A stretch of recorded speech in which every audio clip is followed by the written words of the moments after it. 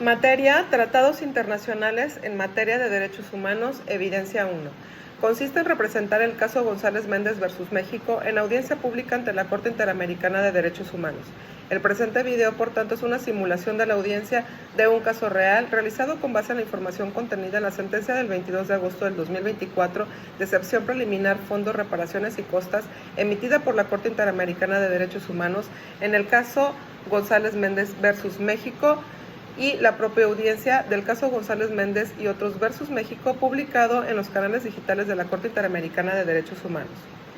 Muy buenos días a todos y a todas. Se abre la audiencia pública sobre excepciones preliminares y eventuales, fondos, reparación y costas en el caso González Méndez y otros versus México. Bienvenida a la delegación de la Comisión Internacional de Derechos Humanos, la representación de las presuntas víctimas y la delegación de los Estados Unidos mexicanos. Concedo la voz a la Secretaria Adjunta de la Corte, de nombre X, para que realice las precisiones correspondientes. Muy buenas tardes, señor presidente. Con su venia, buenas tardes a todos los presentes.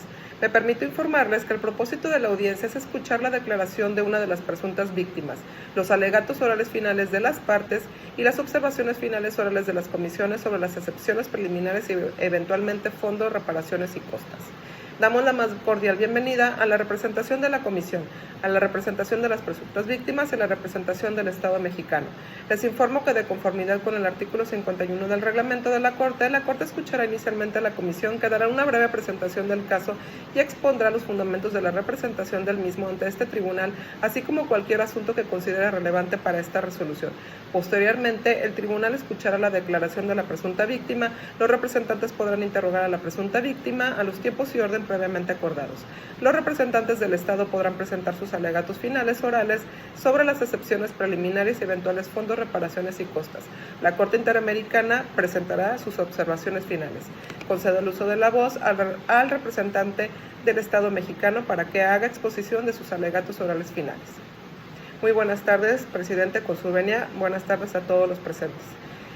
En representación del Estado mexicano, en mi carácter de asesor jurídico adjunto de la Secretaría de Relaciones Exteriores, alegamos la ausencia de litis porque, a nuestro entender, no subsiste un diferendo de hecho ni de derecho respecto a los hallazgos de la Comisión Interamericana en su informe de fondo, dado su allanamiento parcial. En ese sentido, argumentamos que el Estado mexicano, si bien la naturaleza de los informes de la Comisión y las sentencias emitidas por la Corte Interamericana son diferentes, esta última no podría pronunciarse sobre cuestiones que han sido resueltas por los primeros y aceptadas por las partes, ya que no existe en esta situación una controversia jurídica sobre las determinaciones que realizó ya la Comisión.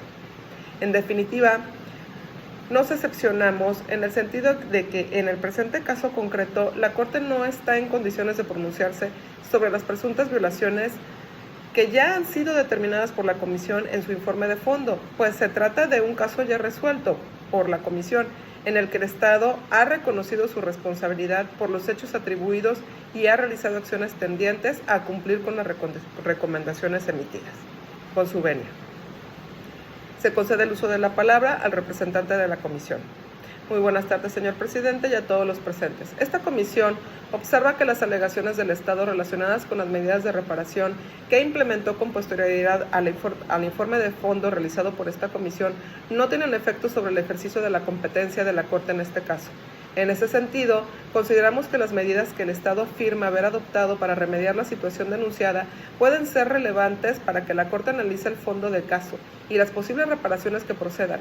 Sin embargo, la adopción de esas medidas no constituye cosa juzgada ni afecta el ejercicio de la competencia en este caso.